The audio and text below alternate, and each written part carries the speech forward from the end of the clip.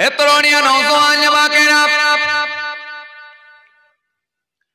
ইয়া মুরব্বিরা, বাবা রাসূলের দিকে এই জন্য আল্লাহ নবীকে সুন্দর করে জিজ্ঞাসা করা হলো, আইয়ুন নাসি খায়রুন ইয়া রাসূলুল্লাহ, ইয়া রাসূলুল্লাহ, হাবিবাল্লাহ, সব থেকে কোন মানুষটা ভালো মানুষ হুজুর? হুজুর একবার খালি পরিচয় করিয়ে দেন। কোন মানুষটা? কথা বলে না। কোন মানুষটা? কথা বলছেন না কেন? কোন মানুষটা ভালো মানুষ? হুজুর সব থেকে ভালো মানুষ কোনটা? কোন মানুষটা ভালো মানুষ? হুজুর একবার খালি পরিচয় করিয়ে দেন। আল্লাহ নবী সেই সময় বললেন, ক্বালা লিমান ক্বালা আমরুহু ওয়া হাসুনা আমালুহু। আল্লাহ নবী বললেন, যার বয়সটা লম্বা হয়ে যাবে আর পাশাপাশি দেখবে আমলটা ভালো থাকবে। জোরে বলতে পারেন না? আরো জোরে হয় না?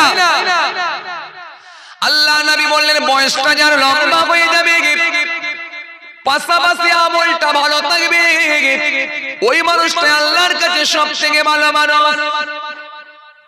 তার মানে বয়স হয়ে গেছে 70 বছর, বয়স হয়ে গেছে 80 বছর, বয়স হয়ে গেছে 90 বছর, বয়স হয়ে গেছে 95 বছর। তার মানে বয়সটা বেড়েছে, একটা দিক মিলে গেছে। কিন্তু বয়স হয়ে গেছে 90 বছর, লোকটা এখনো গোসলের ফরজ জানলো না। এখন বয়স হয়ে গেছে 85 বছর, লোকটা এখনো ওযুর ফরজ জানে না। বয়স হয়ে গেছে 80 বছর, লোকটা এক ওয়াক্ত নামাজ পড়ে না। এখন বয়স হয়ে গেছে 82 বছর, তার মুখেতে এখনো দাড়ি ফোটে না।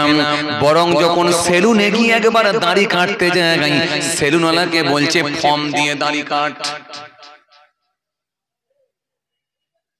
কিছু কথা বুঝতে পারছেন? কিছু কিছু বুড়ো লোক আছে না, দাঁড়ি রাখে না। আপনাদের সব বুড়ো লোকই তো দেখছি দাঁড়ি রেখেছে। এটা দেখছি সব মুরব্বিদেরই মুখে দাঁড়ি, খালি মনে একটা নেই না। ওই যে ওই চাচাটা বেরিয়েছে, সব মুরব্বিদের মুখে দাঁড়ি দেখছি, খালি একটা দেখতে পাচ্ছি না। ওই একটা দেখতে পাইনি, আর এইখানে একটা বসে আছে, এই চাচাটারও দাঁড়ি দেখতে পেলাম না। ইনশাআল্লাহ হয়ে যাবে।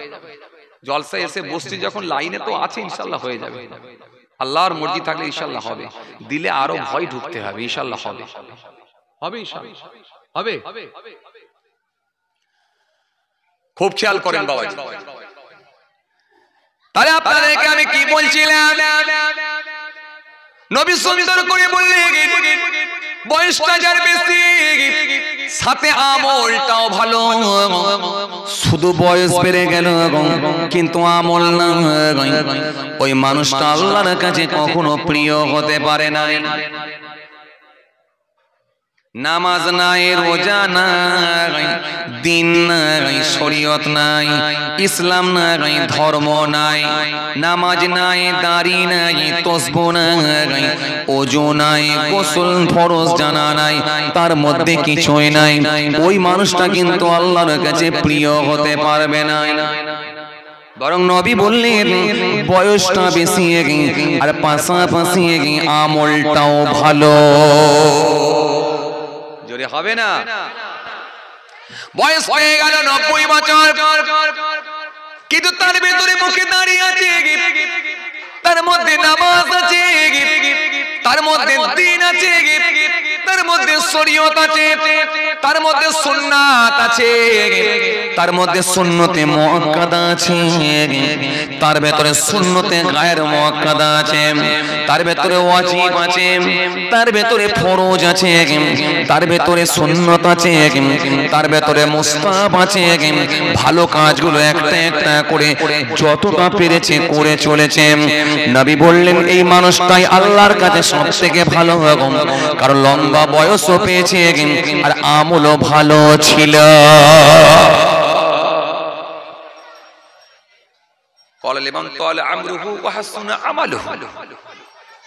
সব থেকে ভালো মানুষ সে যার বয়স বেশি, আমল ভালো। নবীকে ফের জিজ্ঞাসা করা হলো, ইলাল্লাহ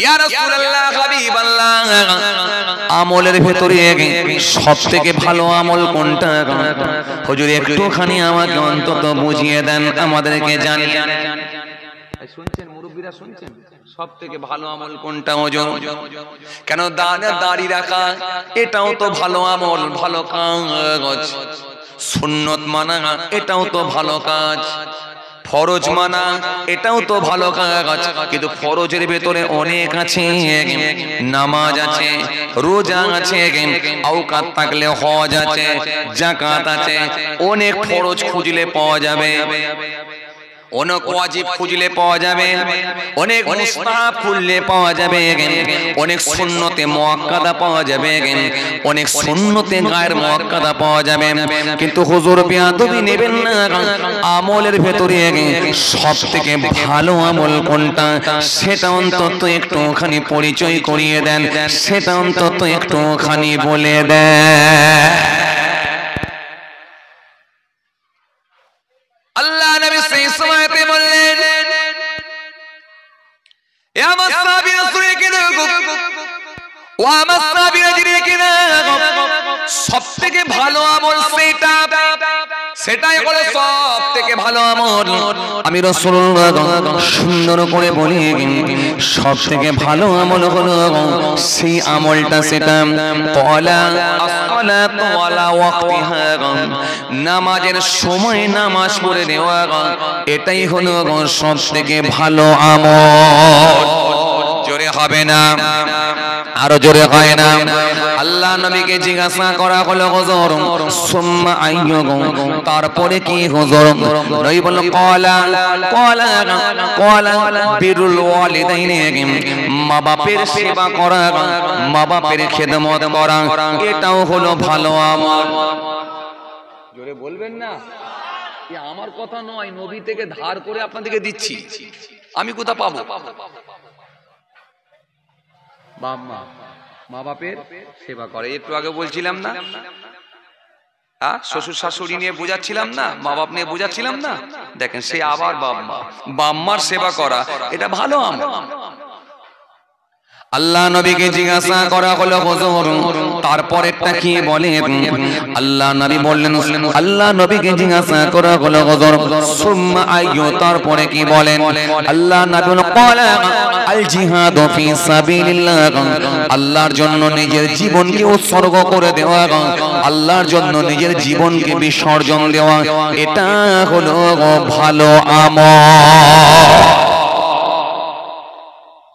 জানটা কার জন্য কথা বলে না কার জন্য আল্লাহর জন্য জান দেবে কার জন্য নবীর জন্য জান দেবে কার জন্য ইসলামের জন্য জান দেবে কার জন্য শরীয়তের জন্য জান দেবে কার জন্য দ্বীনের জন্য এটা এটা ভালো আমল কিন্তু আমরা এখন জান দিচ্ছি কার জন্য ভাঙরের লোক বলতে পারছে না কার জন্য জান দিচ্ছি কার জন্য জান দিচ্ছি আমার দলের জন্য জান দিচ্ছি কার জন্য আমার নেতার জন্য জান দিচ্ছি কার জন্য আমার নেত্রীর জন্য জান দিচ্ছি কার জন্য আমার দাদার জন্য জান দিচ্ছি কার জন্য আমার দিদির জন্য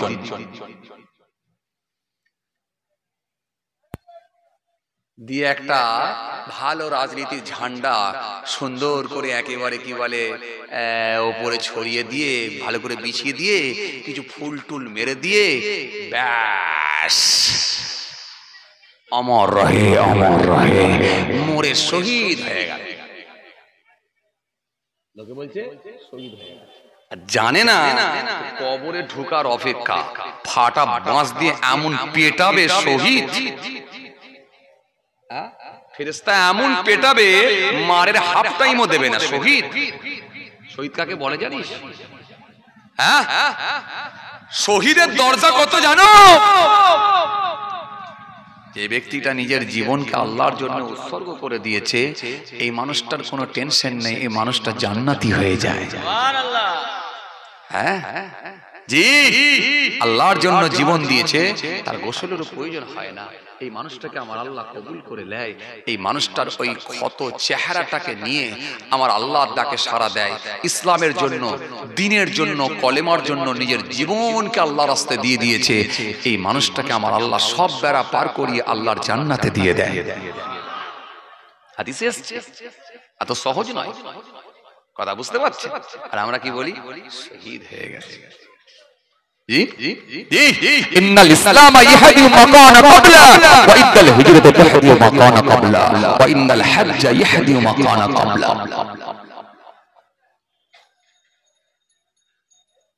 তাহলে এক নম্বরে কি ছিল? ভালো মানুষের প্রথম লক্ষণ কি থাকবে? ভুলে গেলে কিন্তু আপনাদের সামনে আমার বকা বেকার হয়ে যাবে যদি ভুলে যান। ভালো মানুষের প্রথম লক্ষণ কি মিলবে? একদম ঠিক। ক্বালা আস-সালাতু ওয়ালা ওয়াক্তিহা, নামাজের সময় ওরা নামাজ পড়ে, যে কোনো ভাবে ছটপট করবে নামাজ পড়ার জন্য। টাইম হবে ছটপট করবে, মন চাইবে কোথায় নামাজটা পড়ব, কোথায় নামাজটা পড়ব, ছটপট করবে। সে গাড়িতে হোক, বাড়িতে হোক, হাটেতে হোক, ঘাটেতে হোক, মাঠেতে হোক, মার্কেটে হোক, যেখানে থাকবে সেখানেই নামাজ পড়বে। মসজিদ যদি পায় আলহামদুলিল্লাহ, আলহামদুলিল্লাহ। জি, এই তো আমি আসার সময় রাস্তায় দাঁড় করিয়ে গাড়িতে নামাজ পড়ে এলাম, পাশাপাশি কোনো মসজিদও পেলাম না, কি করব? উপায় নেই, পড়তে হবে না। এত সহজ। সিজদাটা দিতে হবে। এই সিজদাটা দেওয়া মানে আল্লাহ দেখতে চাই তুই আমাকে কতটা স্মরণ করলি, মনে রেখেছিস। এই মনে রাখার ব্যাপার, আমাকে মনে রেখেছিস কিনা এটা দেখ। ওটা পৃথিবীর লোক যদি নামাজ না পড়ে আল্লাহর কোনো ক্ষতি? কথা বলে না। আল্লাহর কোনো ক্ষতি? সারা পৃথিবীর লোক যদি নামাজ না পড়ে আল্লাহর কোনো ক্ষতি হবে না। সারা পৃথিবীর লোক যদি রোজা না রাখে আল্লাহর কোনো ক্ষতি? কথা বলেন, একটু ভালো করে ঘাটটা লাড়ান। ক্ষতি নাই। সারা পৃথিবীর লোক যদি ধর্ম না মানে আল্লাহর কোনো ক্ষতি? সারা পৃথিবীর লোক যদি নবীর সুন্নত না মানে আল্লাহর কোনো ক্ষতি? নবীর কোনো ক্ষতি না। কিন্তু আল্লাহ দেখতে চায়, মা খলাকতুল জিন্না ওয়াল ইনসা ইল্লা লিয়াবুদুন, আমি মনুষ্য জাতি জিন জাতিকে তো বেকার বানাই না, আমার উপাসনা করার জন্যই তো বানিয়েছি। কতটা আমাকে স্মরণে রেখেছিল এটা দেখতে। এই মাগরিবের টাইম হলো, আপনি একটু স্মরণ করে নিলেন আল্লাহকে। কথা কি বুঝতে পারছেন? এই এশার টাইম হয়ে গেল, একটু আল্লাহকে স্মরণ করে নিলেন। ফজরে ঘুম থেকে একেবারে ভোরবেলা উঠি ফজরের নামাজ পড়ে নিলেন, একটু আল্লাহকে স্মরণ করে নিলেন। দিনের বেলা আবার কাজকর্ম করলেন, দুপুর বেলা একটা সিস্টেমেটিক সব কাজ যেমন করছি তার ভেতরে একটা টাইম বের করে 10টা মিনিট টাইম বার করে একটু আল্লাহকে স্মরণ করে নিলেন। জোহরের নামাজ, আল্লাহ বলে বান্দা আমাকে মনে রেখেছে, আমাকে স্মরণটা করছে। দেখেন নামাজ হচ্ছে কি হয় না এর গ্যারান্টি, এর নিশ্চয়তা কিন্তু আমাদের কাছে নাই। খুব ভালো করে বুঝবেন, কিন্তু আপনি কিন্তু গ্যারান্টি দিতে পারছেন না যে আপনার নামাজ হচ্ছে, গ্যারান্টি নেই। খুব ভালো করে বুঝবেন, আপনার নামাজ কবুল হচ্ছে এই গ্যারান্টি কিন্তু কারোর কাছে নেই। আছে কথা আছে? এই গ্যারান্টি আছে কারোর কাছে? আপনি বলতে পারবেন যে আমি নামাজ পড়েছি জান্নাতে যাব? গ্যারান্টি না, গ্যারান্টি নেই। কবুল হচ্ছে কি হয় না এর নিশ্চয়তা নেই, এই গ্যারান্টি কিন্তু কেউ দিতে পারবো না। তবে হ্যাঁ এটা বলতে পারি আমার মালিককে আমরা স্মরণ করেছি। জোরে বলবেন না? কেন? নামাজ ওই নামাজ রাসূল বলেছেন সল্লু কামা রাআইতুমুনি উসাল্লি, যেমন আমাকে নামাজ পড়তে দেখো ওই রকম ভাবে তোমরা নামাজ পড়ো। কেমন নামাজ? সাহাবায়ে কেরামকে দুশমনের দল তীর নিক্ষেপ করেছিল, আপনাদের জানা আছে, এই ওয়াজ শোনা আছে। শরীরে এসে তীর ঢুকে গেল। অন্য সাহাবী বলছেন, সালাম ফেরানোর পর অন্য সাহাবী বলছেন, ভাই আপনার শরীরে তো তীর নিক্ষেপ করেছে দুশমনের দল, এই তীরটা কি টেনে বের করব? বলে না, তীর টেনে বের করবেন না, কারণ তীর টেনে যদি বের করলেন আমি সাহাবী সহ্য করতে পারবো না। আর একবার নামাজে দাঁড়িয়ে যায়, নামাজে দাঁড়ালে তীর টেনে বের করবেন। কেন? আমি যখন নামাজ পড়ি আমার তো মনটা আল্লাহর দিকে চলে যায়। আমি কোরআন শরীফ যখন পড়ি এত সুন্দর তেলাওয়াত আর এত সুন্দর অর্থ বুঝে মনটা পুরো ওই দিকে চলে গেছে। এই যে শুনছেন শুনছেন? আর একবার নামাজে দাঁড়ালে তারপর তীর টেনে বের করবে। আর একবার নামাজে দাঁড়িয়ে গেলেন, তীর টেনে বের করলেন। ডান দিকে বাঁ দিকে সালাম ফিরিয়ে দিয়ে সাহাবী আবার পাশের ভাইকে জিজ্ঞাসা, ভাই তীর টেনে বার করলেন? হুজুর তীর টেনে বের করেছি সাহাবী, আপনার তীর টেনে বের করে নিয়েছি ভাই। তীর টেনে বার করেছেন? আল্লাহু আকবার। আমি নামাজ পড়ছিলাম, এত তৃপ্তি, এত মজা, এত অনুভূতি আমার মধ্যে এসেছিল, আমি বুঝতে পারলাম না কখন তীর লাগলো, আর বুঝতেও পারলাম না কখন তীর টেনে বের করা হলো। কি নামাজ? বুঝে যাচ্ছে কথা? এই কথা কিছু বুঝে যাচ্ছে? এই বুঝে যাচ্ছে কথা কিছু? এটা নামাজ পড়েছিলেন সাহাবীরা, এটা নামাজ পড়েছিলেন। এর পরেও আল্লাহর নবী বলছেন, সাল্লু কামা রাআইতুমুনি উসাল্লি, যেমন আমাকে নামাজ পড়তে দেখো, আয় আমার সাহাবীরা তেমন নামাজ পড়ো।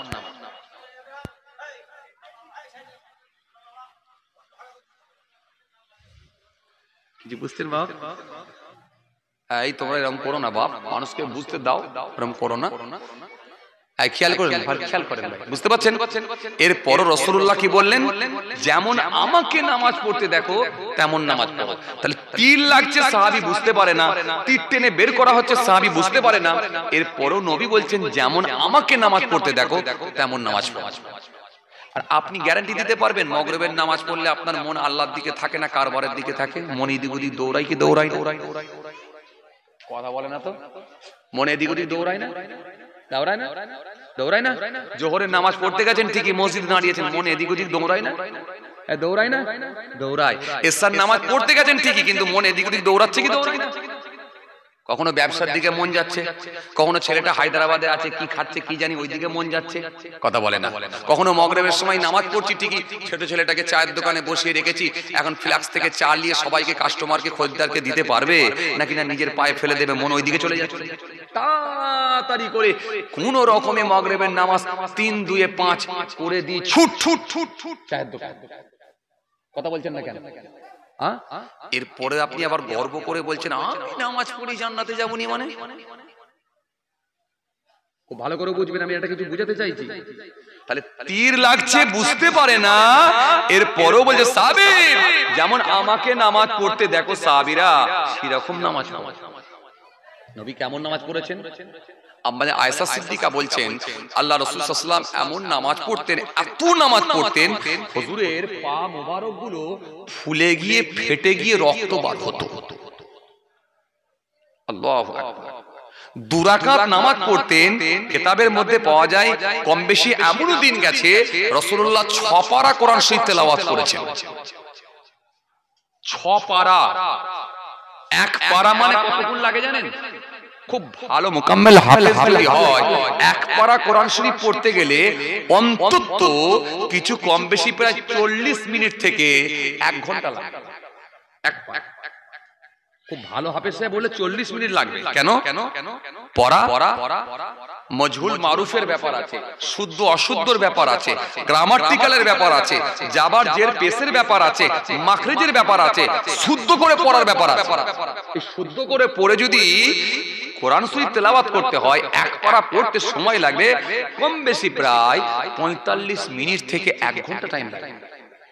তাহলে 6 পারা কোরআন শরীফ 6 পারা কোরআন শরীফ তেলাওয়াত করে রাসূলুল্লাহ নামাজ পড়ছেন 2 রাকাতে। 1 পারা এই 3 পারা 1 রাকাতে। কতক্ষণ সময় লাগছে বুঝতে পারছেন? কম বেশি যদি ধরা হয় প্রায় ধরেন 2.5 থেকে 3 ঘন্টা। এবার রাসূলুল্লাহর জন্য খাস স্পেশাল সেটা আমি বলতে পারবো না, আল্লাহু আলাম, আল্লাহই ভালো জানে। আমি দুনিয়ার একটা হিসাব করে বলছি 2.5 থেকে 3 ঘন্টা 1 রাকাতে। এরপর আপনি কি করে বলবেন আসরের নামাজ পড়তে যাচ্ছি গেলাম আর এলাম? কথা বলেন, কথা বলেন, কথা বলেন, গেলাম আর এলাম 5 মিনিটও সময় দিচ্ছি না।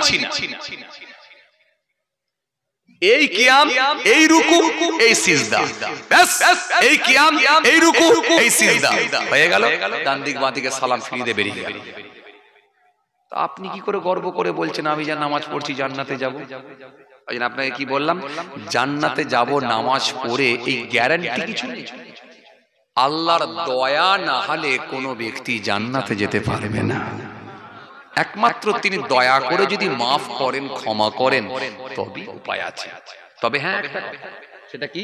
এই যে নামাজটা যে আপনি আদায় করছেন পড়ছেন, তবু আল্লাহ ইচ্ছা করলে মাফ করতে পারেন। যাক, আমার বান্দা আমাকে স্মরণ করেছে, অন্তত নামাজটা পড়েছে। যতটা পারা যায় শুদ্ধভাবে সঠিকভাবে পড়ার চেষ্টা করা। আর আল্লাহ এটা বলতে পারে, সেটা আল্লাহু আলাম, আল্লাহর ইচ্ছা, যে বান্দা আমাকে যাক স্মরণ করেছে, তবু একটা চান্স আছে, একটা চান্স আছে। চান্সটা কেমন আপনাদের সামনে একটু বোঝাই, খুব ভালো করে বুঝবেন, ঠান্ডা বেরেনে বুঝবেন। স্টুডেন্ট হলো তিনজন। কয়জন? তিনজন। টিচার কজন? একজন। মাস্টার একজন। মাস্টার বলল, মাস্টারমশাই বলল, এই ছেলে, স্টুডেন্ট, ছাত্র, তোমরা তিনজনে আগামীকাল এই পদ্য, এই কবিতাটা মুখস্থ করে আসো। শুনছেন কথা? এই পদ্য, এই কবিতা মুখস্থ করে আসবে। জি স্যার, জি স্যার, জি স্যার। পরদিনে তিনটে ছেলে গেল। এখন মাস্টারমশাই জিজ্ঞাসা করছে, হ্যাঁ মুখস্থ করেছিস? এই বেটা মুখস্থ করেছিস? ছেলে মুখস্থ করেছিস? জি স্যার করেছি। বলতো বলতো। এখন যখন বলেছে বলতো, তখন ছেলেটা এবারে পড়া শোনাচ্ছে। আতা গাছে তোতা পাখি, ডালিম গাছে মৌ, হিরে দাদার মরমরে তান, ঠাকুর দাদার বউ। Very good, very good, very good. সাইটে যা। ভালো বলেছে, সাইটে যায়। এখন আর একটা স্টুডেন্টকে বলছে, তুই বলতো। সে বলছে, স্যার বলবো। হ্যাঁ বল। আতা গাছে তোতা, বেয়াদব পড়ে নে, তোতা বলে রয়ে গেল। আরে পাখিটা কে বলবে? তোতা পাখি। হ্যাঁ স্যার, হ্যাঁ স্যার, তোতা পাখি, ডালিম গাছে। বেয়াদব একদম পড়ে। হাতে চাবুক ছিল, সাপাক করে এক চাবুক মেরে, ডালিম গাছে মৌ। হ্যাঁ স্যার, ডালিম গাছে মৌ, হিরে দাদার। বেয়াদব কিচ্ছু পড়ে না। হিরে দাদার মরমরে থান। হ্যাঁ স্যার, হিরে দাদার মরমরে থান, ঠাকুর দাদার বউ। বেয়াদব কিচ্ছু পড়ে না। দু চাবুক সাপাক করে দিয়ে সাইডে যা, সাইডে যা, সাইডে যা।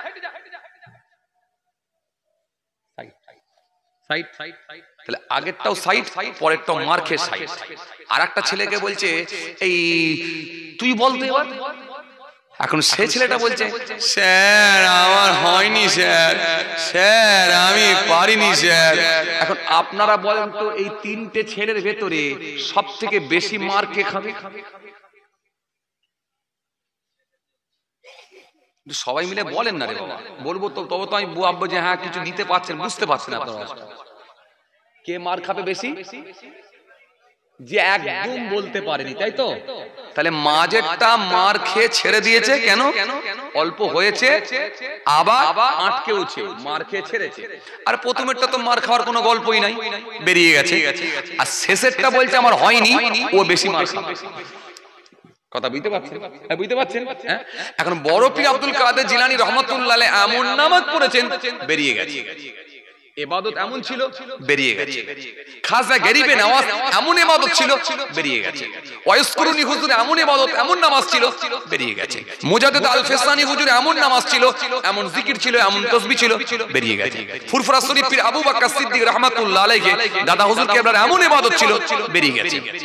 বসিরাট আল্লামা রুহুল আমিন রাহমাতুল্লাহ আলাইহি এমন ইবাদত ছিল, নামাজ ছিল, বেরিয়ে গেছে। ফুরফুরা শরীফ আবু বকর হুজুর বেরিয়ে গেছে। পাঁচ হুজুর কেবলা বেরিয়ে গেছে। পৃথিবীর জমিনে যত আল্লাহর ওলি সব বেরিয়ে গেছেন। ওয়াইসকুরুনি হুজুর তিনি বেরিয়ে গেছেন। যে ওয়াইসকুরুনি সম্পর্কে আমার নবী বলেছিলেন, ওয়াইসকুরুনি খায়রুত তাবিন, তাবিঈনদের মধ্যে যদি কেউ উত্তম থাকে সেটা আমি রাসূলুল্লাহ বলছি, ওয়াইসকুরুনিকে আল্লাহ করে দিয়েছে। বেরিয়ে গেছে কেন? নামাজ হয়েছে বলি তো আল্লাহর ওলি হয়েছে। আরে কথা বলছেন না কেন? ইবাদত কবুল হয়েছে বলি তো আল্লাহর ওলি হয়েছে। আরে বাবা, ইবাদত কবুল হয়েছে বলি তো আগুনের ইশারা দিয়ে পাথর ঝুলেছে। খাজা গরিবে নওয়াজ কথা বলছেন না কেন? ইবাদত কবুল হয়েছে বলি তো গোবরডাঙ্গা সেজে বাবু গুলি করে মারতে পারেনি। কথা বলে না, বলে না, বলে না। ইবাদত কবুল হয়েছে বলি তো বড় পীর আব্দুল কাদের জিলানী খানাকে হাড্ডি জমা করে আবার মুরগিকে উড়িয়ে দিয়েছে। কথা বলে না। ইবাদত কবুল হয়েছে বলে তো, নামাজ কবুল হয়েছে, ইবাদত কবুল হয়েছে। ভালো স্টুডেন্ট সাইটে যাও, সাইটে যাও, সাইটে যাও, সাইটে যাও, সাইটে যাও, সাইটে যাও। এরপরে বড় রইল কারা? কেন কেন রুকু বুঝি না, কিয়াম বুঝি না, সিজদা বুঝি না, ডান দিকে সালাম কোন দিকে ফেরাতে হয়, কোন দিকে তাকাতে হয় বুঝি না, কেরাতটা যে শুদ্ধভাবে পড়তে হয় তাও বুঝি না, নামাজের ফরজ বুঝি না, নামাজের ওয়াজিব বুঝি না, নামাজ ভঙ্গের কারণ বুঝি না, নামাজের মাকরু বুঝি না, নামাজের কিছুই বুঝি না। কিন্তু আল্লাহকে স্মরণটা করার জন্য তবু যতটা পেরেছি চেষ্টা করে, যতটা পেরেছি অন্তত ঠিক করে পড়ার চেষ্টা করেছি, তবু আল্লাহকে রাজি করার জন্য আল্লাহু আকবার বলে নামাজটা আদায় করেছি। এখন আল্লাহ ইচ্ছা করলে মারধর দিয়েও তো ছেড়ে দিতে পারে। আরে কথা বলছেন না কেন? আবার যদি বলে যে না ধরবো, ধরতেও পারে, সেটা আল্লাহর মার্শিয়াত, আল্লাহর ইচ্ছা, তিনার ইচ্ছার উপরে ডিপেন্ড করছে, এটা কারো কিছু করার নাই। তাহলে মারধর দিয়েও ছেড়ে দিতে পারে যে বান্দা আমাকে স্মরণ করেছিস, সাইটে যা, মারধর দিয়েও সাইড করতে পারে, কিংবা শাস্তি দিতে পারে যে তুই ভালো করে শিখিসনি কেন, হতে পারে, সেটা আল্লাহর মার্শিয়াত, আল্লাহর ইচ্ছা। কিন্তু বাকি যারা এখন কোনো নামাজের সঙ্গে কোনো সম্পর্কই নেই, কোনো টাচেতেই নেই, সেই কবে শবে বরাত আসবে তবে মসজিদে ঢুকবে, আর কবে ঈদের নামাজ আসবে তবে যাবে ঈদুল ফিতরের নামাজ। এখনো বলেন তো এই লোকটা মার বেশি খাবে না কম খাবে? কথা বলে না। আর এত পিটবে তখন মার কিন্তু ফাঁকে পড়বে না, সব পিঠে পড়বে। বুঝতে পারছেন? এই জন্য আপনাদেরকে আমি কি বলেছিলাম, একটা ওয়াজ প্রথমে করতে করতে চলে এসেছিলাম, সব থেকে ভালো মানুষ নবী বলেন ক্বালা আস-সালাতু ওয়ালা ওয়াক্তিহা, নামাজের সময় নামাজ পড়ে নেওয়া, এই ব্যক্তিগুলো হলো সব থেকে ভালো মানুষ। জোরে বলবেন না? এই জন্য সবাই নামাজ পড়ান। ও যুবকেরা আপনারাও নামাজ পড়ুন। নামাজ পড়লে কি হয়? মানুষ নরম হয়ে যায়। নামাজ পড়লে কি হয়? মানুষের গেটআপটা চেঞ্জ হয়ে যায়। নামাজ পড়লে তার মধ্যে উদারতা এসে যায়। নামাজ পড়লে তার মধ্যে আন্তরিকতা তৈরি হয়। নামাজ পড়লে তার মধ্যে মার্জিত ভাষায় কথা হয়। নামাজ পড়লে তার বড় ছোট মানামানি তৈরি হয়ে যায়। নামাজ পড়লে বড়দেরকে ভালোবাসা, বড়দেরকে শ্রদ্ধা করা, ছোটদেরকে স্নেহ করা, এটা শিখে যায়। নামাজ পড়লে তার মধ্যে শিষ্টাচার তৈরি হয়, যদি তার ভেতরে নামাজ থাকে। কেন নামাজই পারে একমাত্র সমস্ত অন্যায় কাজ থেকে দূরে রাখতে।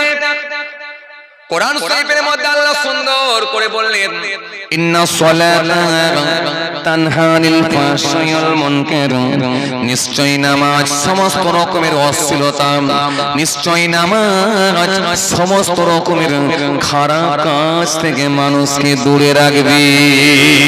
আপনি যদি নামাজটা আদায় করেন নিশ্চিতভাবে আপনি আল্লাহর সঙ্গে ট্রানজাকশন, কানেকশন, সম্পর্ক তৈরি করে নিতে পারবে। আজ আপনি খবর নিয়ে দেখেন হিংসা বাড়ছে কেন? নামাজ নেই। নামাজ হিংসা বাড়ছে কেন? নামাজ নেই। উগ্রতা বাড়ছে কেন? নামাজ নেই। অহমিকা বাড়ছে কেন? নামাজ নেই। প্রতারণা বাড়ছে কেন? নামাজ নেই। মিথ্যা বাড়ছে কেন? নামাজ নেই। সুদ বাড়ছে কেন? নামাজ নেই। ঘুষ বাড়ছে কেন? নামাজ নেই। একটা পাড়া সমীক্ষা করে দেখেন, আপনার পাড়াটা সমীক্ষা করে দেখেন, 100টা ঘরের ভেতরে এখন 80টা বাড়িতে বন্ধন ঢুকে গেছে। কথা বলছেন না কেন? 80টা বাড়িতে বন্ধন ঢুকে গেছে, 85টা বাড়িতে এখন মহিলা সমিতি হচ্ছে। খবর নিয়ে দেখেন নামাজ নেই। নামাজ নেই। এই নামাজ থাকলে তার মধ্যে আন্তরিকতা এসে যাবে।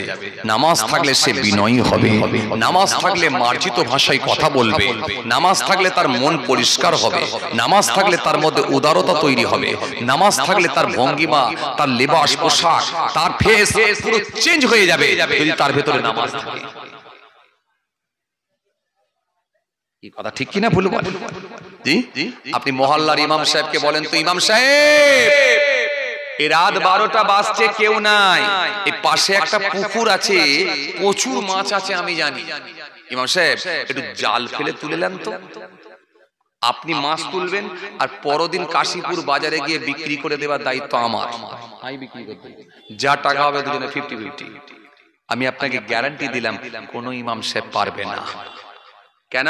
সে বলবে আজ 10 বছর 15 বছর আমি ইমামতি করছি, আমি নামাজ পড়াচ্ছি জামাতের সঙ্গে, আমি আল্লাহকে সিজদা দিচ্ছি, সুতরাং কেউ দেখতে না পেলেও কিন্তু আমার আল্লাহকে লুকাতে পারবো না। ইন্নাল্লাহ কানা সামিয়াম বাসীরা, নিশ্চয় আমার আল্লাহ সমস্ত কিছু শোনেন এবং দেখেন। আল্লাহকে লুকানোর কোনো জায়গা নাই। কেন? ও নামাজ পড়েছিল বলি ওর বুকের ভেতরে আল্লাহর ভয় ঢুকেছিল। কথা কিছু বুঝতে পারছেন? কথা কিছু বুঝতে পারছেন? চতুর্থ হিজরির প্রথমের দিকে বাগদাদের জমিনে বিখ্যাত একজন বাদশা ছিল, যার নাম হলো খলিফা মানসুর। মানসুরের নাম কি আপনারা শুনেছেন? খলিফা মানসুরের নাম আপনারা শুনেছেন? বাগদাদের জমিনে একজন বিখ্যাত বাদশা ছিলেন, বিখ্যাত খলিফা ছিলেন। ওই সময়ে ওই পিরিয়ডে মস্ত বড় একজন আল্লাহর মাহবুব বান্দা, যার নাম হলো হযরত জাফর সাদিক রাহমাতুল্লাহ আলাইহি, মস্ত বড় আল্লাহর মাহবুব বান্দা ছিলেন। শুধু তাই নয়, তিনি কে ছিল জানেন? আল্লাহ নবী সাল্লাল্লাহু আলাইহি সাল্লামের চাচাতো ভাই ছিলেন। আল্লাহ নবী সাল্লাল্লাহু আলাইহি সাল্লামের সম্পর্কে চাচাতো ভাই ছিলেন। আর হযরত শেরে খোদা আলী যে বংশের মানুষ, ওই বংশেরই মানুষ ছিলেন। জোরে বলতে পারেন না? আরো জোরে হয় না? ওই বংশেরই মানুষ ছিলেন। জি, কোন আলী? যে আলীর সম্পর্কে আমার নবী বলেছিলেন, আনা মাদিনাতুল ইলম ওয়া আলিয়ুন বাবুহা, আমি হলাম বিদ্যার শহর, আমি হলাম ইলমের শহর, সেই শহরের দরজা হলো হযরত আলী। জোরে বলবেন না? আরো জোরে বলবেন না? হযরত আলীকে আমার আল্লাহ এমন পাওয়ার দিয়েছিলেন, যখন চোখ দুটো বন্ধ করতেন, চোখ দুটো বন্ধ করলে একবার অন্তঃচক্ষুটা খুলে দিলে আল্লাহর সাতটা আসমান পর্যন্ত হযরত আলী হুজুর দেখতে পেতেন। জোরে বলবেন না? জি। হযরত আলী রাদিয়াল্লাহু তাআলা যে বংশের মানুষ, একই বংশের মানুষ হযরত জাফর সাদিক রাহমাতুল্লাহ আলাইহি, মস্ত বড় আল্লাহর মাহবুব বান্দা। হযরত জাফর সাদিক রাহমাতুল্লাহ আলাইহি এত বড় আল্লাহর মাহবুব বান্দা, এত বড় আল্লাহর খাস বান্দা, এত বড় আল্লাহর মাহবুব বান্দা, আমার আল্লাহ হুজুরের উপর খুশি হয়ে গেলেন। যতদিন যায় হুজুরের চাহিদা সুনাম বেড়ে যায়, হুজুরের জনপ্রিয়তা বেড়ে যায়, মানুষজন হুজুরের কাছে যায়, দৌড়ে দৌড়ে হুজুরের কাছে যায়, হুজুরের কাছে যাই কিছু নসিহত শুনবো, হুজুরের কাছে যাই। মানুষজন হুজুরের হাত দিয়ে বায়াত হয়ে যায়, মুরিদ হয়ে যায়, খাদেম হয়ে যায়, শিষ্য হয়ে যায়।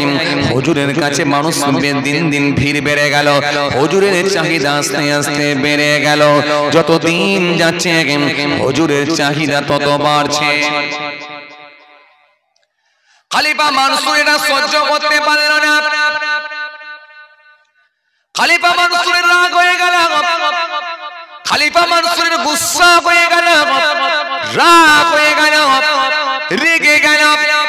খলিফা মানসুর বলে, এই মস্ত বড় আল্লাহর মাহবুব বান্দা হযরত জাফর সাদিকের জন্য আমার চাহিদা কমে যাচ্ছে, মানুষজন আমার কাছে আসছে না, লোকে আমাকে কেউ মানছে না, আমার জনপ্রিয়তা কমে যাচ্ছে এই জাফর সাদিকের জন্য। খলিফা মানসুর রাগান্বিত হলো, রেগে গেল, রেগে গিয়ে সিদ্ধান্ত নিল জাফর সাদিককে হত্যা করে দেব, কতল করে দেব, কতল করে দেব, হত্যা করে দেব। কেন? কেন? এই বাদশা রেগে গেল কেন? বাদশার ভেতরে ছিল হিংসা। হিংসা কেন? এই হিংসা এত বেশি তার ভেতরে ছিল, জাফর সাদিকের চাহিদাটা সে মেনে নিতে পারল না। বাগদাদের জন্য কথা কিছু বুঝতে পারছেন?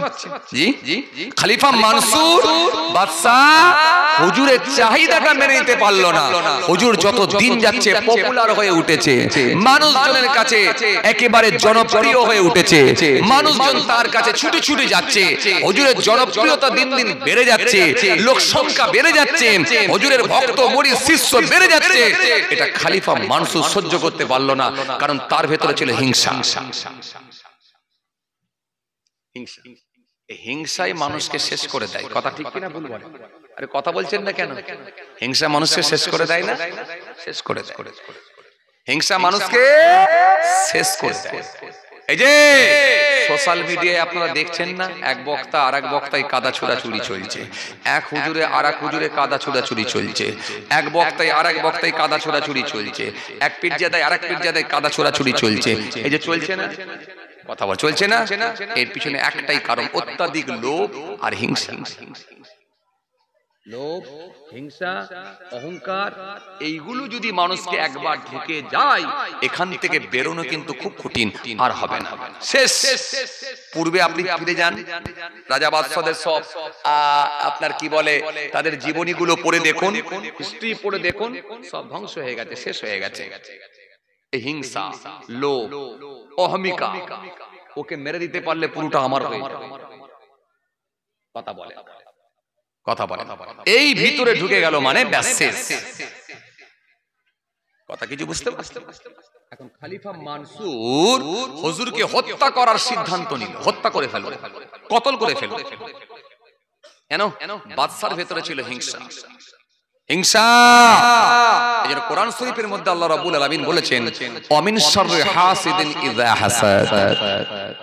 নবী বলে দাও, আমি হিংসুকদের হিংসা থেকে পানাহ চাই। যেন কোরআন শরীফের মধ্যে আল্লাহ রাব্বুল আলামিন বলেছেন, ওয়াদ্দা কাসীরুম মিন আহলিল কিতাব লাউ ইয়ারুদ্দুনাকুম মিন বা'দি ঈমানিকুম কুফার হাসাদাম মিন ইনদি আনফুসিহিম মিন বা'দি মা তাবাyyana লাহুমুল হক ফাআফু ওয়াসফাহু হাত্তা ইয়াতুল্লাহু বিআমরিহি ইন্নাল্লাহা আলা কুল্লি শাইইন কাদির। কোরআন শরীফের মধ্যে আল্লাহ রাব্বুল আলামিন বললেন, কি বললেন? তোমরা একটা সম্প্রদায় আর একটা সম্প্রদায়কে যেন বিদ্রুপ করো না। হতে পারে বিদ্রুপকারীদের চেয়ে তারা উত্তম। তুমি যে কোনো কমিউনিটির হতে পারো, যে কোনো জাতির হতে পারো, যে কোনো গোত্রের হতে পারো, যে কোনো ধর্মের হতে পারো, তুমি তোমার ধর্মটাই মেনে চলো, কিন্তু অন্যজনের ধর্ম নিয়ে কারোর বিরোধিতা করতে যেও না। কাউকে যেন তুমি বাজে কমেন্ট করো না, কাউকে যেমন তুমি বিদ্রুপ করো না। হতে পারে বিদ্রুপকারীদের থেকেই তারা উত্তম, বিদ্রুপকারীদের থেকে সে উত্তম, যারা বিদ্রুপ করছে তার থেকে তারা উত্তম, যাদেরকে নিয়ে বলছো যে আপনার এইটা ক্ষমতা নাই, আপনি ইসলাম ধর্মের মানুষ হলে অন্য ধর্মকে নিয়ে আপনি বাজে কমেন্ট করতে পারবেন না। আপনি অন্য ধর্মের মানুষ হলেও আপনি ইসলাম ধর্মকে বাজে কমেন্ট করতে পারবেন না। এই নির্দেশ আল্লাহ দিয়েছেন, তোমরা একটা সম্প্রদায় আর একটা সম্প্রদায়কে যেন বাজে কমেন্ট করো না, বিদ্রুপ করো না। আর কি বললেন? তোমরা এক মহিলা আর এক মহিলাকে যেন বিদ্রুপ করো না, ঠাট্টা করো না, তাকে নিয়ে উপহাস করো না, তাকে নিয়ে পরিহাস করো না। কথা বলে, কথা বলে। গ্রামে একটা বৌমা এসেছে, নতুন বিয়ে হয়েছে, এই কয়েকদিন হলো বিয়ে হয়েছে। এলাকার একটা দাদিমা দেখতে গেছে, দেখতে গিয়ে এমন চিল্লাতে চিল্লাতে এসছে, বৌমাটার স্বামী ভালো, বৌমা খারাপ হয় না, চোখগুলো যেন বড্ড বড় বড়। কথা বলেন না, একটা দাদিমা চিল্লাতে চিল্লাতে আসছে, চোখগুলো যেন বড্ড বড় বড়। এই বিদ্রুপ করলো, তাকে নিয়ে উপহাস করলো, পরিহাস করলো, তাকে নিয়ে মজা করলো। এই মজাগুলো আমরা মাঝে মাঝে করি না? পাড়ার একটা কালো ছেলেকে দেখতে পেলে, একটু রংটা হয়তো কালো, কি রে কেলা, কোথায় যাবি রে কেলো, বলি না? আরে কথা বলছেন না কেন? বলি না? এগুলো আমরা বলি না। পরিহাস করো না, উপহাস করো না। অজের মাহফিল, শিক্ষার মাহফিল, সব আল্লাহ কোরআনের মধ্যে দিয়েছে। কি দেয়নি আল্লাহ? কি দেয়নি আল্লাহ? সব তো কোরআনের মধ্যে দিয়েছে। তাকে নিয়ে পরিহাস করো না, তাকে নিয়ে উপহাস করো না, তাকে নিয়ে টোল করো না, তাকে নিয়ে বিদ্রুপ করো না, তাকে নিয়ে ঠাট্টা করো না, ঠাট্টা করো না। আর কি তোমরা এক মহিলা আর এক মহিলাকে বিদ্রুপ করো না, হতে পারে বিদ্রুপকারী দিচ্ছে সে উত্তর। আর কি তোমরা এক মানুষ আর এক মানুষকে যেন মন্দ নামে ডেকো না, মন্দ নামে খারাপ নামে ডেকো না। মাঝে মাঝে দেখবেন কিছু ছেলে পুলে আছে, একটা দেখবেন মন্দ নাম খারাপ নাম তৈরি করে দিই আমরা, দিই না? কারোর মাথায় হয়তো চুল নেই, তাকে টেকো বলে চালিয়ে দিলাম। আরে কথা বলছেন না কেন? হ্যাঁ, লোকটা হয়তো একটু মোটা পাড়া, তাকে পটল বলে চালিয়ে দিলাম। আরে কথা বলছেন না কেন? না কিছু বলেন, পটল বলে চালিয়ে দিলাম। কিরে পটল? এই পটল দু একজন বলতে বলতে বলতে বলতে এখন পটল নামই পরিচিত। আমাদেরকে ডায়েরিতে লেখাই তো, খাতায় খাতায় লেখায়, খাতায় যখন লেখায় বলে হুজুর ভালো নামটা লিখেলেন, শেখ অমুক বলে ভালো নামটা লিখিয়ে দিল। আর ব্যাকেটে বলছে হুজুর আমার একটা ছোট ব্যাকেটে এই নাম আছে, এটা লিখে রাখেন, সবাই এই নামই চেনে। এই জন্য দেখবেন মানুষের তো দুটো করে নাম, আসল নামটা ভালো নামটা হয়তো খাতা কলমে আছে, আর বাকি সেই উপনামে এমন তার একটা খারাপ নাম মার্কেটে চালু হয়ে গেছে, সেই নামটাই এখন দেখেন ছড়িয়ে গেছে। কথা ঠিক কিনা ভুল বলে? পটল বলে ডাকে, টেকো বলে ডাকে না, টেকো বলে পটল বলে এই বলে চালিয়ে দিলেন। কাউকে কেলো বলে চালিয়ে দিলেন, কালো রং বলে কেলো বলে চালিয়ে দিলেন। কেউ একটু গ্যারা বলে তাকে নাটা বলে গ্যারা বলে চালিয়ে দিলেন। এগুলো আল্লাহ বলছে মন্দ নামে কাউকে ডেকো না, তার একটা সুন্দর নাম আছে, সেই সুন্দর নামটা ধরে তোমরা ডাকো। কিছু কথা বুঝতে পারছো? এরপর আল্লাহ কি বললেন? ঈমান আনার পরে মন্দ নামটা কতই খারাপ।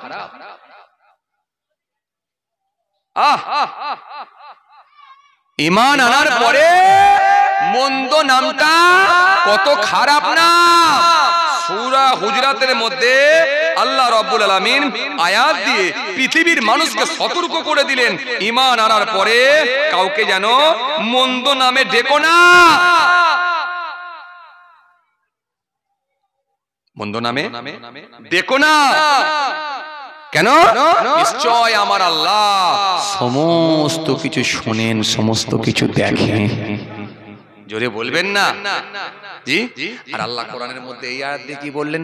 ওয়াদ্দা কাসীরুম মিন আহলিল কিতাব লাউ ইয়ারুদ্দুনাকুম মিন বাদি ঈমানিকুম কুফার হাসাদাম মিন ইনদি আনফুসিহিম মিন বাদি মা তাবায়্যানা লাহুমুল হক ফাআফু ওয়াসফাহু হাত্তা ইয়াতিল্লাহু বিআমরিহি ইন্নাল্লাহা আলা কুল্লি শাইইন কাদির। আহলে কিতাবদের অনেকই চায় ঈমান আনার পর তোমাদেরকে কুফরি অবস্থায় ফিরিয়ে নিতে। ঈমান আনার পর তোমাদেরকে কুফরি অবস্থায় ফিরিয়ে নিতে চায় তারা, কিন্তু সত্য স্পষ্ট হয়েছে, কথা বলে না। সত্য পরিষ্কার হয়ে গেছে, হারাম আর হালালকে পৃথক করে দেওয়া হয়েছে, পাক আর নাপাককে পৃথক করে দেওয়া হয়েছে, সত্য আর মিথ্যাকে পৃথক করে দেওয়া হয়েছে। এই সত্য স্পষ্ট হয়ে যাবার কারণে তারা তোমাদের সঙ্গে হিংসাবশত এই রূপ আচরণ। আজকে যে মাদ্রাসা ভেঙে দেওয়া হচ্ছে, মসজিদ ভেঙে দেওয়া হচ্ছে, জ্যান্ত মানুষগুলোকে ধরে ধরে ধরে ধরে মবলিং চিক করে পিটিয়ে পিটিয়ে পিটিয়ে পিটিয়ে মেরে ফেলা হচ্ছে, সব ক্ষমতার অপব্যবহার চলছে, ক্ষমতার অপব্যবহার চলছে। রাজ ক্ষমতা আছে বলে যা ইচ্ছা তাই হচ্ছে। যে আল্লাহ বললেন সত্য স্পষ্ট হয়ে যাওয়ার কারণে হিংসাবশত এরূপ আচরণ করে। সুতরাং আমি আল্লাহ বলছি তোমরা তাদেরকে ক্ষমা করো যতক্ষণ না আল্লাহর নির্দেশ হয়, আর তোমরা এড়িয়ে চলো, তাদের থেকে দূরে থাকো। তাহলে আমাদের কাজ হলো দূরে থাকা, ডিবেটে যাওয়া নয়। ভাইরা আমার, বন্ধুরা আমার, সাথী মহব্বতের ভাইরা, কেন আপনি এমন আদর্শ দেখাবেন, আপনার আদর্শতে মুগ্ধ হয়ে তারা একদিন বলবে ভুল করেছি, ভুল করেছি। ইহুদি রাসূলুল্লাহর বাড়িতে এলেন। কে? ইহুদি আল্লাহর নবীর বাড়িতে এসেছে। রাতের বেলা করে কোথায় যাব, তো হুজুরের বাড়িতে, হুজুর আজকে আমি একটু থাকবো, রাতের বেলা যাবার কোনো জায়গা নেই। আল্লাহ নবী বলেন তুমি আমার বাড়িতে থাকো আমার বাড়িতে। বাড়িতে থাকলেন। বাড়িতে থাকার পর রাতের বেলা দেখা গেল বিছানায় পেচ্ছাপ করে দিল, পায়খানা করে দিল, গোটা বিছানায় নাপাক করে দিল, পায়খানা করে দিল। পায়খানা করে দিয়েছে।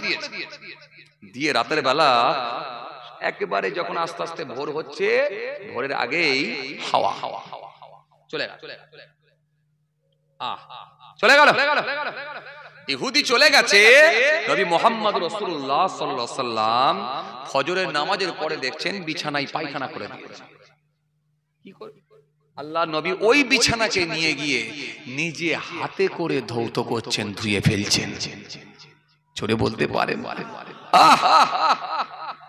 খলিফা এলেন, এসে দেখলেন রাসূলুল্লাহ নিজে হাতে করে পায়খানা ধুচ্ছে, নোংরা ধুচ্ছে। ইয়া রাসূলুল্লাহ, হাবিবাল্লাহ, হুজুর কে পায়খানা করে দিয়ে গেল? বিশ্বনবী, আখিরি নবী, নূর নবী, জিনার জন্য সব আল্লাহ করে দিয়েছেন। কোরআন স্পষ্ট ঘোষণা দিয়েছে, ইয়া আইয়ুহাল্লাযীনা আমানু ইসতাজিবু লিল্লাহি ওয়া লিরাসূল ইযা দাআকুম ইয়া আইয়ুহাল্লাযীনা আমানু লা তারফাউ আসওয়াতাকুম ফাওকা সাওতিন নবী মা আতাকুমুর রাসূল ফাখুযুহু ওয়া মা নাহাকুম আনহু ফান্তাহু। আখিরি নবী হাবিবুল্লাহ নিজে হাতে পায়খানা ধোবে, এটা মেনে নেওয়া যাবে না। হুজুর কে পায়খানা করেছে নামটা বলেন, আমি ওমর তরওয়াল দিয়ে তার গর্দান আলাদা করে দেব। ওমর রাদিয়াল্লাহু তাআলা খুব রাগী মানুষ ছিলেন, আপনারা জানেন। কোনো কথা হবে না, কোনো কম্প্রোমাইজ চলবে না।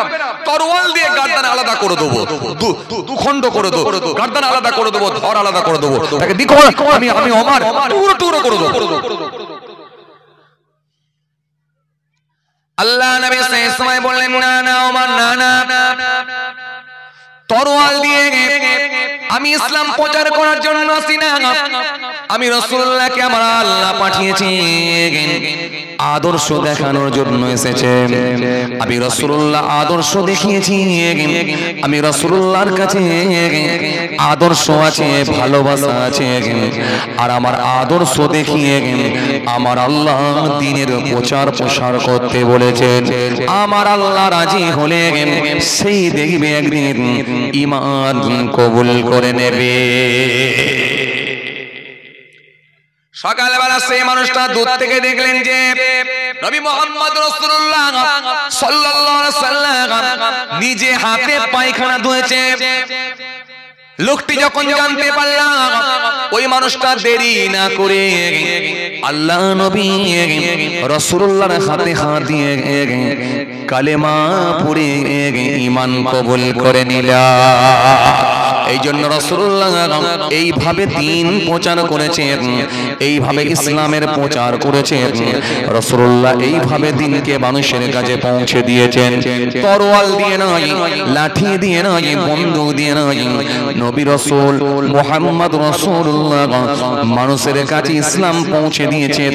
এইভাবে নবীর আদর্শের কাছে বেঈমানরা পর্যন্ত মুগ্ধ হয়ে গিয়ে আল্লাহ নবীর হাতে হাত দিয়ে কালেমা পড়ে ঈমান কবুল করে নিয়েছি। কথা কিছু বুঝতে পারছেন বাবাজি? হ্যাঁ, তাহলে আপনাদের সামনে আমি কি কথা বোঝাতে চাইছিলাম? তাহলে আল্লাহর নবী আল্লাহ পাক রব্বুল আলামিন কি বললেন সুন্দর করে আমার আল্লাহ জানিয়ে দিয়ে বললেন, বান্দা হিংসা বশত তোমাদের সঙ্গে এই রূপ আচরণ করো, খবরদার তোমরা ভালো ব্যবহার করো, আর কি তোমরা এড়িয়ে চলো, তাদের থেকে দূরে থাকো যতক্ষণ না আল্লাহর নির্দেশ হয়। নিশ্চয় আমার আল্লাহ সমস্ত কিছু শোনেন, দেখেন। নিশ্চয় আমার আল্লাহ ক্ষমা করে দেবেন, মাফ করনে ওয়ালা আমার আল্লাহ। চলে এই হিংসা আজকের দিনে কাদা ছোড়াছুড়ি বড্ড চলছে, কাদা ছোড়াছুড়ি বড্ড বেশি চলছে। এই জায়গাগুলো থেকে আমাদেরকে বেরিয়ে আসতে হবে। মানুষ, আপনি আলেম হন, মাওলানা হন, হুজুর হন, বক্তা হন, পীর সাহেব হন, পীরজাদা হন, যেই সাহেব হন কেন, মানুষ আপনাকে ফলো করবে। কথা ঠিক কিনা ভুল বলেন? এই কাদা ছোড়াছুড়ি থেকে আমাদেরকে বেরিয়ে আসতে হবে। আল্লাহ আমাদের সকলকে বোঝার তৌফিক দেন। জোরে বলি আল্লাহুম্মা আমিন। চলুন, এই কথা বলতে বলতে আমি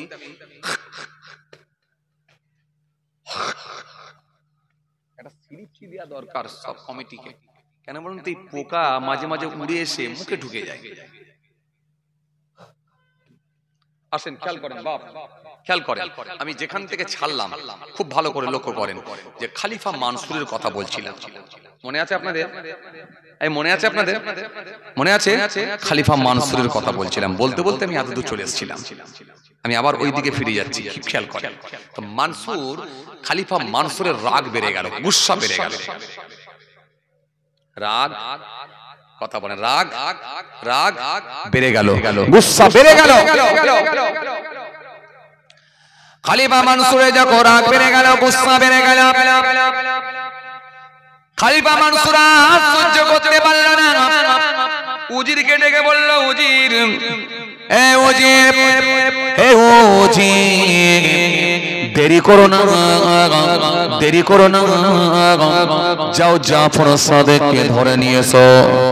জাফর সাদেককে আমি এখনই তরোয়াল দিয়ে দুখানা করে দেব, তার মাথাটা আলাদা করে দেব, ঠোঁটটা আলাদা করে দেব। আমি উজির, ওই আমি বাদশা, তাকে আমি আলাদা করে দেব ঠোঁটটা। কারণ এই জাফর সাদেকের জন্য আমার চাহিদা মানুষের কাছে কমে গেছে।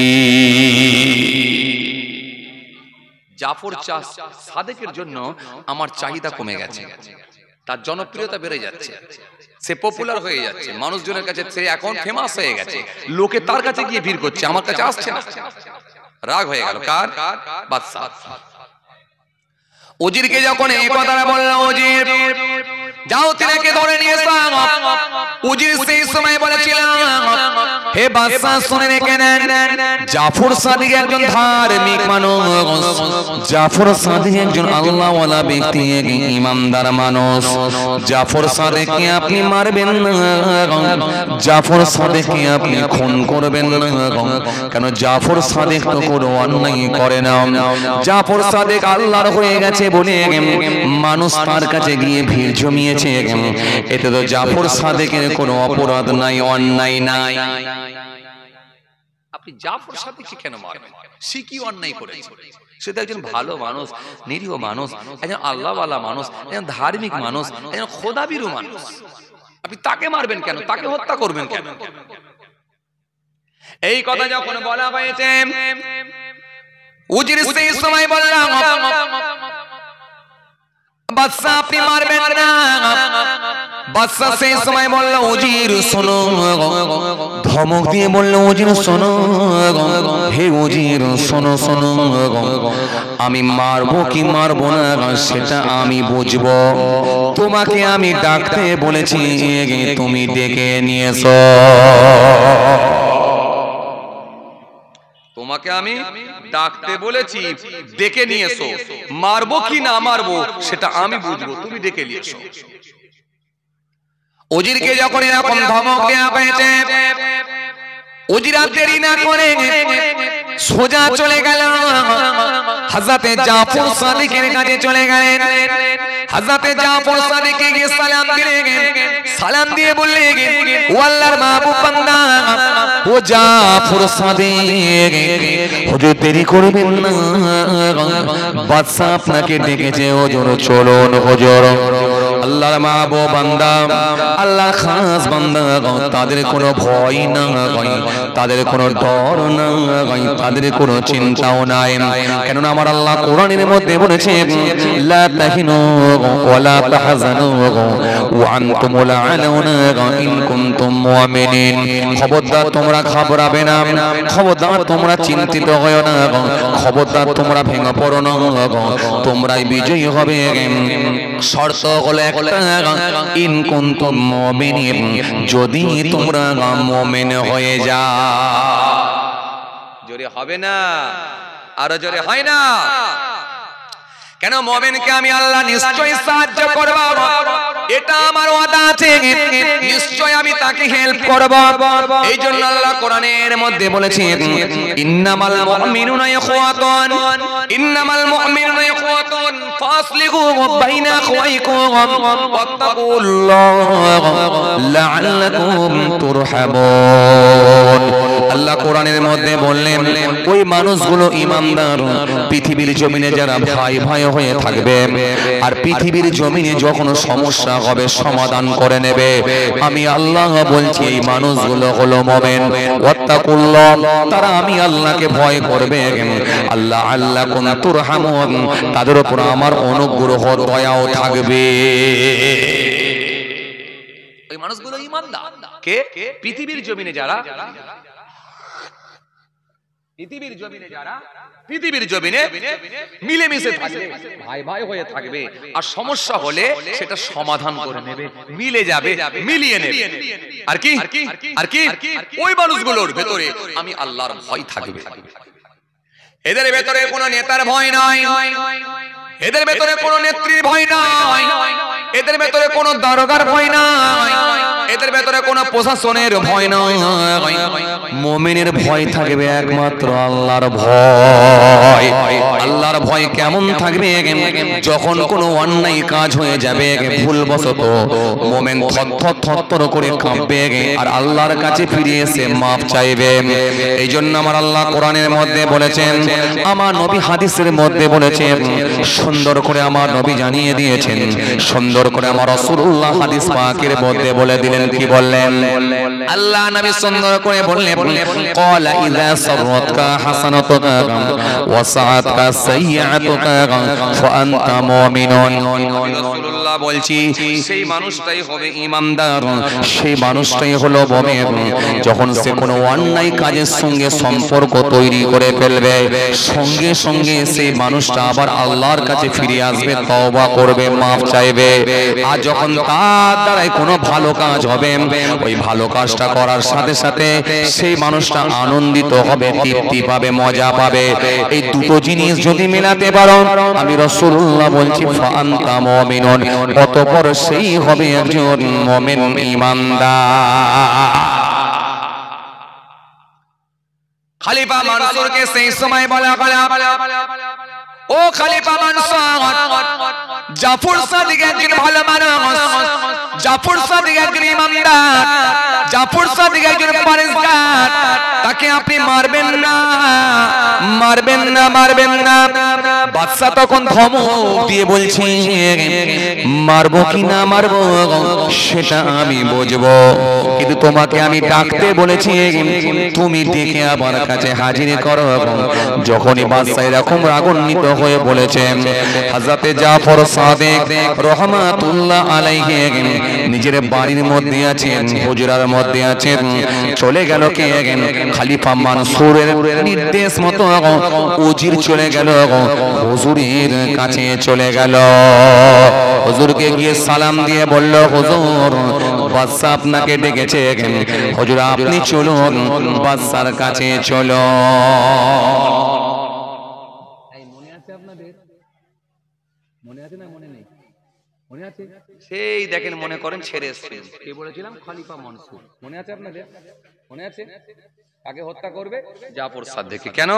আমার সম্মান কমে যাচ্ছে হুজুর থাকায়, আমি কতল করব, হত্যা করে।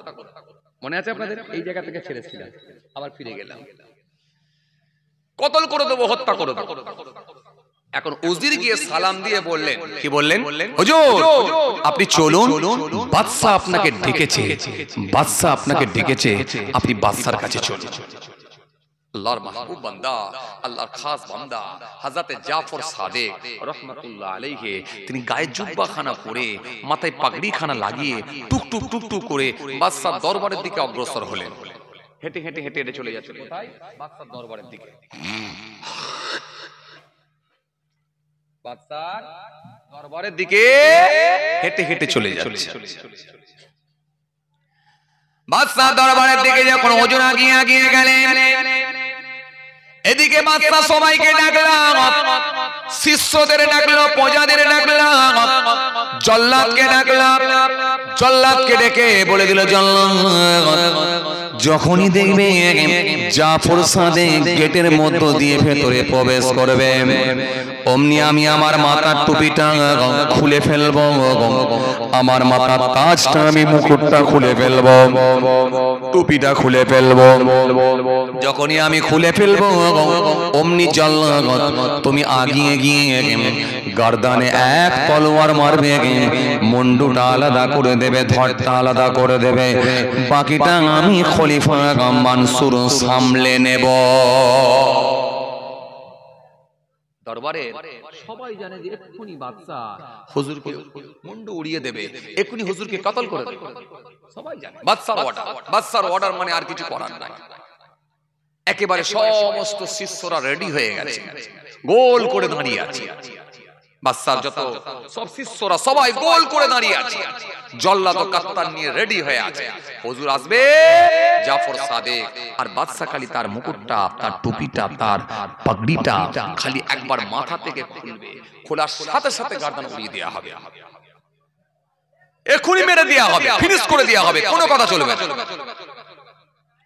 হযরতে জাফর সাদেক আস্তে আস্তে আসছেন।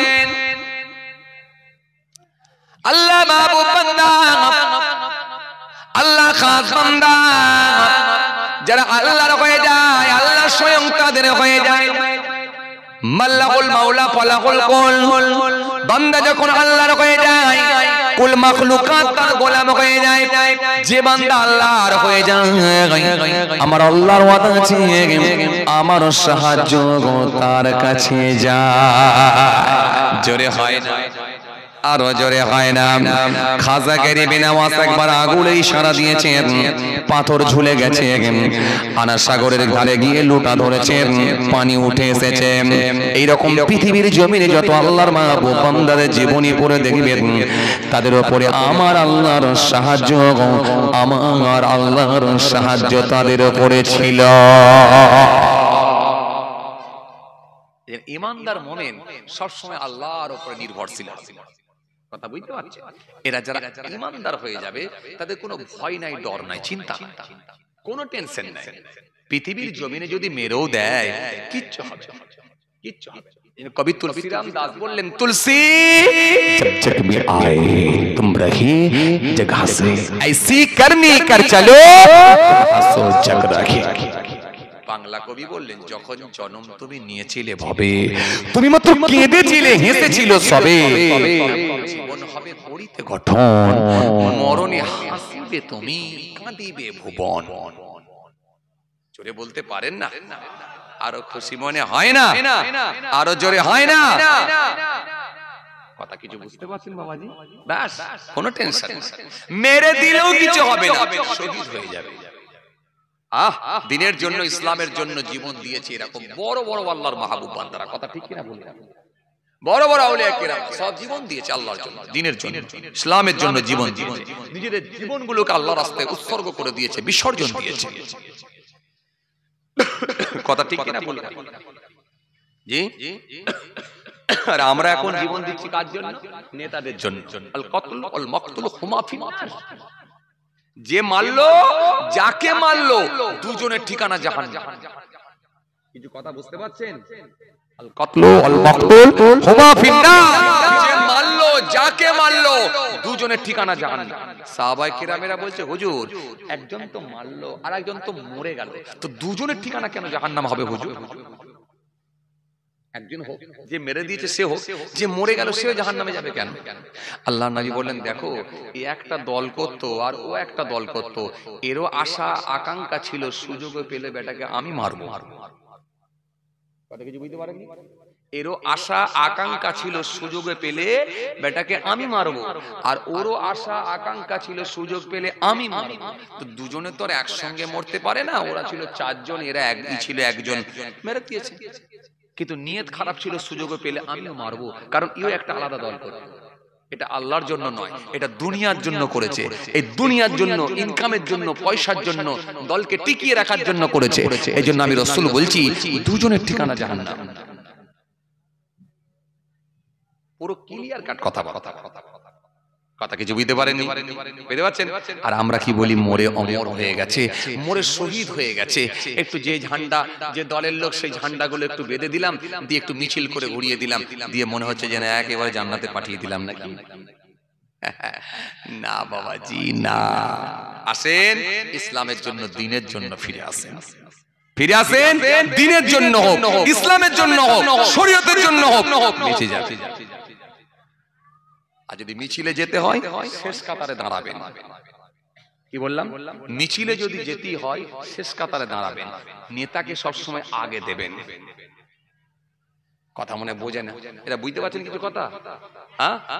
নেতাকে সবসময় দলের মিছিলের আগে দেবেন। কেন? যা ঝড়ঝাপটা যাক বাবু তোমার উপর দিয়ে যাক, আমি পিছনে আছি। কিন্তু এখানে কি হচ্ছে, নেতা তো খুঁজেই পাওয়া যাচ্ছে না, সে তো সিকিউরিটি নিয়ে ঘুরে বেড়াচ্ছে, আর সাধারণ লোক মিছিল করতে গিয়ে মরে যাচ্ছে। দে ডান্ডা করে দেবো ঠান্ডা, লড়তে হবে লড়তে হবে, মরতে হবে মরতে হবে, ভাই সকল তোমাদের পুকুরের পার বাঁধিয়ে দেওয়া হবে, গ্রামে 3টে করে টিউবকল দেওয়া হবে, বছরে তোমাদেরকে কি বলে পুকুরের পার বাঁধিয়ে দেওয়া হবে, তোমাদেরকে ঘর দেওয়া হবে, কে বলছে তোমাদেরকে এনআরসি দেওয়া হবে, তোমরা আমাদেরকে ভোটটা দেবে, এনআরসি দেওয়া হবে, ভোটটা আমাদেরকে দেবে। এ বলছে আমরা তোমাদেরকে অনুদান দেবো, আমাদেরকে ভোটটা দেবে। চলছে কথা বলে যে 17 কিলো গায়ের ওজন, হাতে লাঠি নিয়েছে 27 কিলো ওজন। উড়ি সর্বনাশ, ঠেলে দিলে উল্টে পড়ে যাবে, নাম দিয়েছে হিম্মত আলী। খুব বিপদ ভাই, খুব বিপদ, খুব বিপদ না। এই জন্য আপনাদেরকে একটা ভালো কথা শেখালাম, সেটা কি, মিছিলের সবসময় পেছনে থাকবেন। যে নেতার জন্য লড়াইয়ে যাবেন, সে নেতাকে বলবেন তুমি ভাই আগে থাকো, তবে ময়দানে যাব, তুমি না থাকলে কিন্তু যাচ্ছি না। কথা বললেন? ব্যাস, চলুন, এর থেকে বেশি কিছু বলতে পারি না, আমি রাজনীতির লোক না, আমি শুধুমাত্র জাস্ট কোরআন হাদিস দিয়ে কিছু শিক্ষামূলক আলোচনা বলার জন্য আল্লাহ আপনাদের খেদমতে পাঠিয়েছেন, এসে হাজিরে দিয়েছি। চলুন আমি ফিরে যাই যেদিকে যেছিলাম। কোথায়? জাফর সাদেককে হত্যা করা হবে, মনে আছে তো আপনাদের? মনে আছে, জাফর সাদেককে হত্যা করা হবে। বাদশা একেবারে সবাইকে সাজিয়ে রেখেছে, একেবারে জাল্লাত রেডি আছে, একেবারে কাপ্তান রেডি, এখনই জাফর সাদেককে হত্যা করা হবে। খালি মুকুটটা, তাজটা, টুপিটা, মুকুটটা খালি খুলে ফেলবে, ফুললি হত্যা হয়ে যাবে। কিতাবের মধ্যে পাওয়া যায়, হে তরুণীরা, হে যুবকেরা, হে আমার মুরব্বিয়ারা, বাবারা শুনে রেখে দেন, কিতাবের মধ্যে পাওয়া যায় হযরত জাফর সাদিক রাহমাতুল্লাহ আলাইহি হুজুর আমার টুকটুক করে যখন এসে পৌঁছে গেলেন, ওজিরও এসে পৌঁছে গেলেন, হুজুর যখন গেট দিয়ে ভেতরে প্রবেশ করলেন, বাদশা কালী হুজুরের নূরানি চেহারার দিকে একবার খালি তাকালেন, তাকিয়ে আর বাদশা থাকতে না পেরে হাঁটুটা মুড়ে নিয়ে হুজুরের পায়ে হাত দিয়ে কদম বুসি করে নিলে। জল্লাদ দাঁড়িয়ে রয়ে গেল, বাদশার শিষ্যরা সব দাঁড়িয়ে রয়ে গেল, সবাই হতভম্ব হয়ে গেল, অবাক হয়ে গেল। বলল এক ঘটনা ঘটলো, আর এক কি ব্যাপার। বাদশা সেই সময় হুজুরের কাছে পায়ে হাত দিয়ে কদম বসি করে বলে, হুজুর, ও আল্লাহর মাহবুব বান্দা, ও আল্লাহর খাস বান্দা, ও হযরত জাফর সাদিক, আজকে আপনি আমার কাছ থেকে কি আশা করতে পারেন একবার বলুন। হযরত জাফর সাদিক বলেছিলেন, যারা আল্লাহর মাহবুব বান্দা হয়ে যায় তাদের দুনিয়া কোনো পথ দুনিয়ার দরকার হয় না, তাদের মধ্যে লোভ থাকে না, তাদের মধ্যে লালসা থাকে না, তাদের মধ্যে চাহিদা থাকে না, সম্পত্তি তাদের লাগে না, সম্পত্তি তাদের লাগে না, সোনা দানা গহনা তাদের লাগে না। হযরত জাফর সাদিক সেই সময় বলেছিলেন, কি বলেছিলেন, হে খলিফা মানসুর শোনো, আমি তোমার কাছে কিছুই আশা করব না, কিছুই আমার লাগবে না, তবে তোমাকে আমি একটাই কথা বলবো, আজকে যে তুমি আমার কাছে এসেছো, আজকে যে তুমি আমার কাছে তুমি যে আমাকে ডেকেছো, ডেকে আমার ইবাদত থেকে আমাকে বিমুখ করে রেখেছো, ইবাদত থেকে আমাকে বিচ্ছিন্ন করে দিয়েছো, ইবাদত থেকে আমাকে বিঘ্ন ঘটিয়েছো। এ খলিফা মানসুর, আমি তোমার কাছে এতটুকু আশা করব, জীবনে আর কোনোদিন যেন আমাকে ডেকে আমার ইবাদত থেকে যেন আমাকে বঞ্চিত করে দিও না, আমার ইবাদত থেকে যেন আমাকে বিমুখ করে দিও না, আমার জিকির থেকে, আমার তাসবিহ থেকে যেন আমাকে সরিয়ে দিও না, আমাকে যেন দূরে ঠেলে দিও না। আমি এতক্ষণ ইবাদত করতাম, জিকির করতাম, এই সময়টা তুমি আমার নষ্ট করে দিলে। আজকের পর থেকে তোমার কাছে এতটুকুই আশা রাখবো, জীবনে আর কোনোদিন যেন আমাকে ডেকো না, জীবনে আর কোনোদিন আমার ইবাদত থেকে আমাকে বঞ্চিত করে দিও না, জীবনে কোনোদিন আর আমার ইবাদতের বিঘ্ন ঘটাবে না। যখনই হুজুর এই কথাটা বলে দিয়েছে খলিফা মানসুর যখনই এই কথাটা শুনেছে খলিফা মানসুর আর সহ্য করতে পারল না খলিফা মানসুর আর স্থির থাকতে পারল না কিতাবের মধ্যে পাওয়া যায় খলিফা মানসুর সেই সময় হুজুরকে সম্মানের সঙ্গে উজিরকে বলল উজির যাও যাও যাও যাও হুজুরকে নিজের গন্তব্যস্থলে পৌঁছে দাও দরবারে পৌঁছে দাও হুজুরকে যখন দরবারে নিয়ে যাওয়া হচ্ছে হুজুর যখন নিজের দরবারের দিকে চলে যাচ্ছে হঠাৎ করে দেখা যায় খলিফা মানসুর অমনি পড়ে গেল পড়ে গিয়ে অজ্ঞান হয়ে গেল বেহুশ হয়ে গেল সেন্সলেস হয়ে গেল একেবারে জোহরের ওয়াক্ত ছুটে গেল আসরের ওয়াক্ত ছুটে গেল মাগরিবের ওয়াক্ত ছুটে গেল 3 ওয়াক্তের নামাজ চলে গেল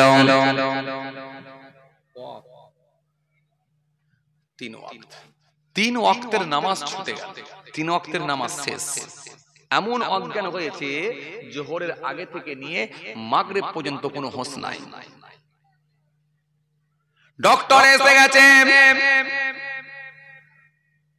সমস্ত রকমের ট্রিটমেন্ট হচ্ছে মাথায় পানি দেওয়া হচ্ছে কিন্তু হুজুরের কোনো হোশ নাই মাগরিবের নামাজের পরে কিন্তু বাচ্চার কোনো হোশ নাই মাগরিবের নামাজের পরে হঠাৎ করে দেখা যায় বাচ্চার হোশ ফিরে এলো বাচ্চার যখন হোশখানা ফিরে এসেছে দরবারে সমস্ত মানুষ জিজ্ঞাসা করলো হুজুর জিজ্ঞাসা করলো এ বাচ্চা ও বাচ্চা শোনেন শোনেন আপনি খলিফা মানসুরকে যখন পাঠিয়ে দিলেন খলিফা মানসুর আপনি শোনেন আপনি যখন জাফর সাদিককে যখন আপনি পাঠিয়ে দিয়েছিলেন জাফর সাদিককে আমি সাথে করে নিয়ে যাচ্ছিলাম ওই সময় আপনি অজ্ঞান হয়ে গেলেন কেন আপনি তো ছিলেন সুস্থ মানুষ আপনার শরীরখানা ছিল সতেজ শরীর তো আপনার ভালো ছিল সুস্থ মানুষ ছিলেন আপনি অজ্ঞান হয়ে গেলেন কেন ব্যাপারটা কি আপনি কেন অজ্ঞান হয়ে গেলেন বাদশা সেই সময় বলেছিল সোনা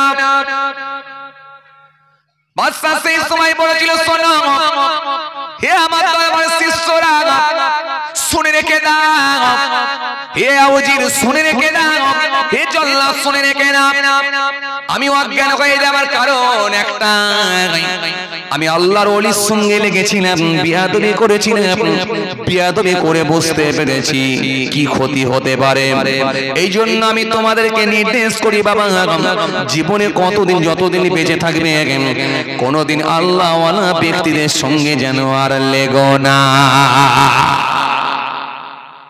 এই উজির শুনে রাখো জেনে রাখো এ শিষ্যরা শুনে রাখো জেনে রাখো শুনে রাখো আজকে অজ্ঞান হয়ে যাবার কারণটা একবার শুনে রাখো হযরতে খলিফা আমি খলিফা মানসুর হত্যা করব বলে রেডি হয়েছিলাম হযরতে জাফর সাদিক যখন জাফর সাদিক তিনি যখন আমার গেট দিয়ে ভেতরে প্রবেশ করেছিলেন অমনি দেখলাম জাফর সাদিক জাফর সাদিকের সঙ্গে বিরাট বড় একটা সর্প আছে সাপ আছে ওই বিরাট সর্পটা সাপটা তোমরা কেউ দেখতে পাও না ওটা হলো ভয়ঙ্কর অজগর সাপ এটা তোমাদের চোখে পড়ে না তোমরা কেউ জানো না কিন্তু আমি খলিফা মানসুর দেখতে পাচ্ছি না ওই ভয়ঙ্কর সাপটা আমার দিকে মাথা উঁচু করে মাথা হিলিয়ে হিলিয়ে হিলিয়ে হিলিয়ে বলছে হে বাদশা মানসুর শুনে রেখে দাও জেনে রেখে দাও আজকে যদি তুমি জাফর সাদিককে হত্যা করো কতল করে দাও আমি এই বিরাট সর্প তোমাকে এখনই দংশন করব কামড়াবো এই পৃথিবী থেকে তোমার নাম নিশানা মুছে দেব হে আমার শিষ্যরা শোনো উজির আমি যখন এটা দেখলাম আমি ভয় পেয়ে গেলাম ভয় পেয়ে গিয়ে থাকতে না পেরে হুজুরের পায়ে হাত দিয়ে কদম বসি করলাম কদম বসি করে মাফ চাইলাম হুজুরকে সসম্মানের সঙ্গে পাঠিয়ে দিলাম কিন্তু হুজুর তো চলে গেল কিন্তু ওই ভয় আতঙ্ক আমার থেকে কাটে না ওই ভয় আতঙ্ক আর আমার